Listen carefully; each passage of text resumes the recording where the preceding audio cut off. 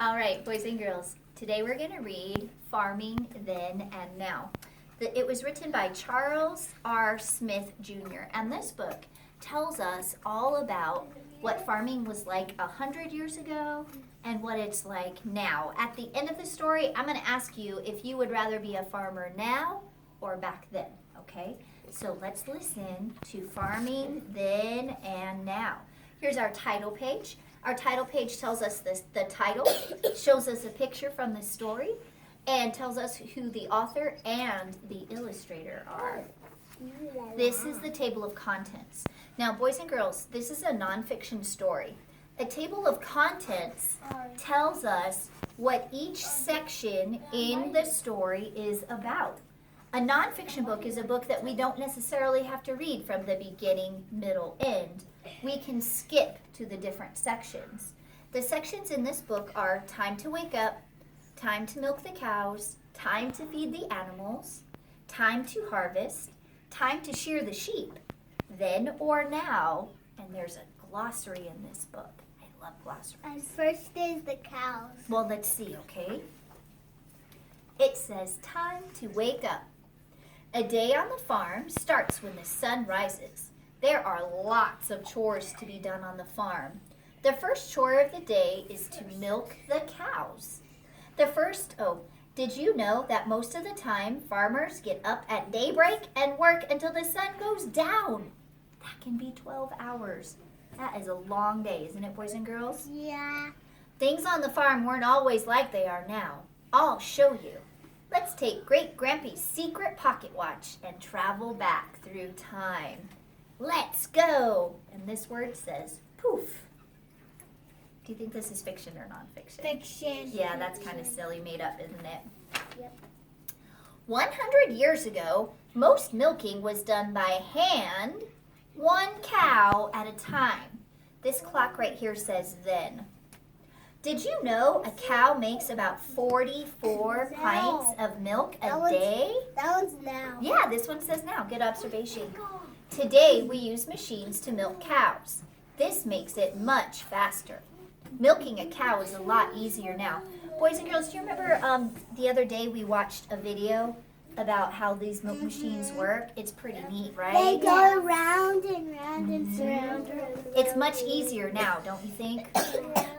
The next section is time to feed the animals. 100 years ago, animals ate cut-up turnips, potatoes, beets, and other root vegetables in the winter after the hay was gone. Did you know alfalfa is one of the most nutritious crops that animals eat?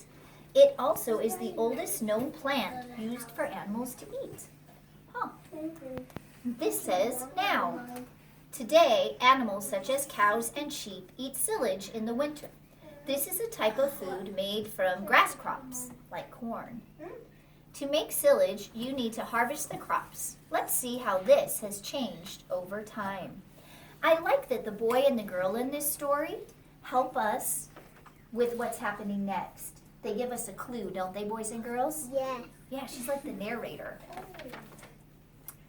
Time to harvest.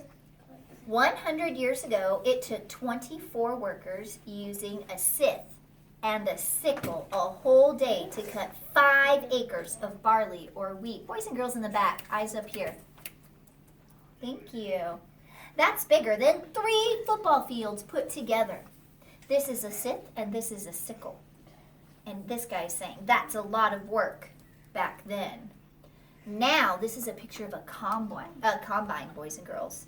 Today, a combine harvester can cut 20 acres of wheat in 1 hour. Now. This says then, this says now. Did you know in the past people often celebrated the end of harvest with music, parades, and a large feast? Remember we talked about how they must feel thankful that the harvest is over because back then it was so much work, wasn't it? Time to shear the sheep. In the spring, we shear the sheep to keep them cool. 100 years ago, it took 2 people to shear a sheep. One would spin the wheel to drive the clippers, and the other one would shear the sheep. What do you think this says? Then. That's right. And look at this picture.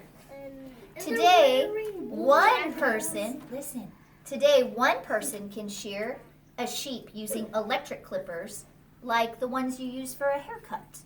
What does this say? Then This one says now. Did you know the world record for one person shearing a sheep is 866 sheep in 9 hours? Wow, that's around 96 sheep per hour. Wow, that's 1.5 sheep per minute. That's a lot, boys and girls. Then or now, life in a farm was hard before there were machines. I'm glad I live on a farm now. Not me. I think it would have been fun. There were more people working on the farm back then to talk to. Some things on the farm never change, such as getting up at daybreak and working until the sun goes down. Look, boys and girls, this is a combine, and it has headlights on it because it's working at night. That's pretty cool, huh? Here's the glossary I was telling you about. These bold words right here are the fancy words in this story. This says alfalfa, crops, nutritious, sith, shear, sickle, and silage, boys and girls. And it tells us what those words mean. We'll go back and look at this again later. Now I want you to raise your hand, boys and girls. Thumbs up if you think you would rather be a farmer back then. You think so? Now, okay, hands down. Thumbs up if you want to be a farmer now. I think that's the kind of farmer I would rather be too. I would be back then. Would you be back then? Why? I guess I was like after would use your Well, you know what? You're a very hard worker, so I bet you would be a good farmer back then. Good job, boys and girls. Thank you. I would do it back.